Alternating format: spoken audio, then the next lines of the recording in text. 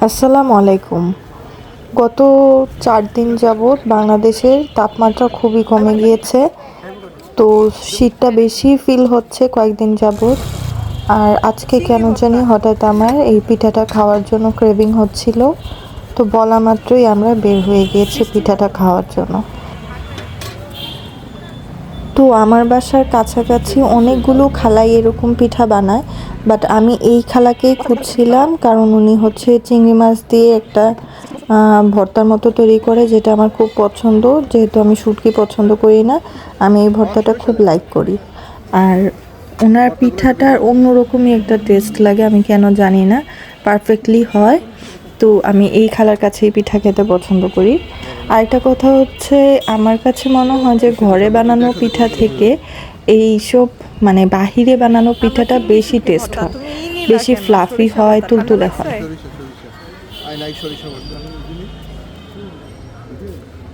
মজা সৃষ্টি চিংড়ি শুটকি ভর্তা না?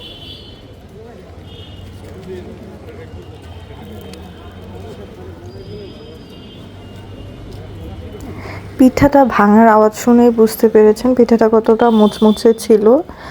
আর পিঠাটা এত গরম ছিল, প্লাস হচ্ছে ভর্তাটা মোটামুটি স্পাইসি ছিল। মানে আমার কাছে মনে হচ্ছিল সব কিছু পারফেক্ট আছে। এই খালার পিঠা আমি এর আগে অনেকবার খেয়েছি, উনার পিঠাটা খুবই মজা হয়। তো আমি হচ্ছে মানে নর্মালি পিঠা খাওয়ার এত পোকা না, মানে আমি হচ্ছে পিঠা এত লাইক করি না, বাট আজকে হঠাৎ করেই পিঠা খাওয়ার জন্য একটু ইচ্ছে হলো। তো আমি আমার হাজব্যান্ডকে বললাম যে চলো আজকে চিতই পিঠা খাবো যেভাবেই হোক। তো আমার হাজব্যান্ড বলছে যে এখন তো রাত হয়ে গিয়েছে, রাতের খাবার খাবো, এখন আর পিঠা খাওয়ার দরকার নেই। তো পরে আমি বললাম যে না, আমাকে আজকে পিঠা খেতেই হবে, আমার ঝাল খাইতে ইচ্ছা করছে খুব। তো পরে হচ্ছে আমি এই খালাকে খুঁজে পাচ্ছিলাম না, কারণ খালা আগে যেখানে বসতো সেখানে উনি এখন আর বসে না।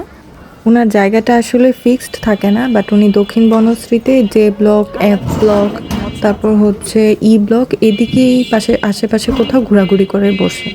তো উনি হচ্ছে মেনলি আগে যেখানে বসতো ওইখানে উনি পার্মানেন্টলি ছিল, বাট উনি এখন যেটা বললো যে ওই যে জায়গাতে উনি বসতো সেখানে জায়গার হচ্ছে কনস্ট্রাকশন শুরু হয়েছে, যার কারণে ওনাকে হচ্ছে এখনও ফিক্সড কোথাও বসার মতো উনি প্লেস খুঁজে পায়নি।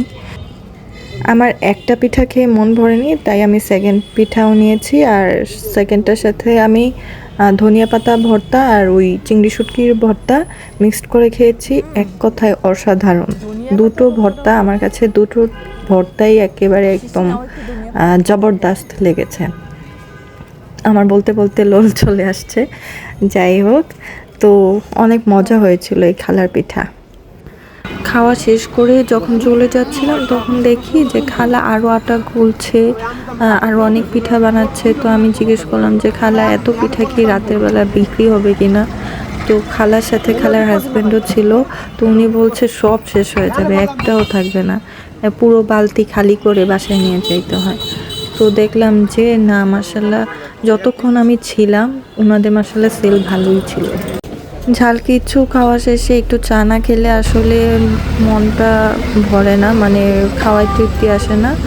তো ঝাল খাওয়া শেষ হওয়ার পর আমার বাসার কাছে এই মামার দোকানে আসছি চা খাওয়ার জন্য। কে কে আমার মতো ঝাল খাওয়ার পর এরকম কড়া একটা চা খেতে ভালোবাসেন আমাকে কমেন্ট করে জানাতে একদমই ভুলবেন না। সবাই ভালো থাকবেন, আল্লাহ হাফেজ।